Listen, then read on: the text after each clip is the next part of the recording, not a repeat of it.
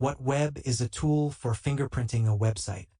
It can identify content managers, blog platforms, static packages, JavaScript libraries, web servers, etc. Whatweb has over 1,700 plugins. It identifies web framework modules, email addresses, version numbers, SQL errors, etc. To use Whatweb, we must specify the website on which it will perform the check.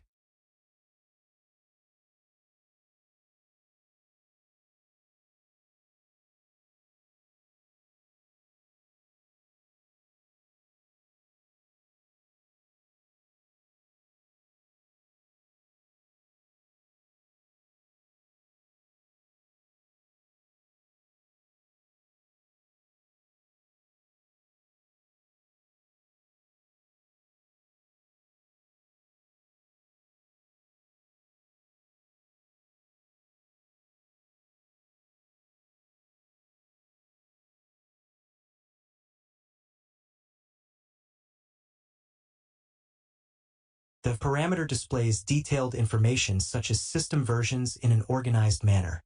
It displays information such as IP, country of origin, web server, headers, plugins, and versions.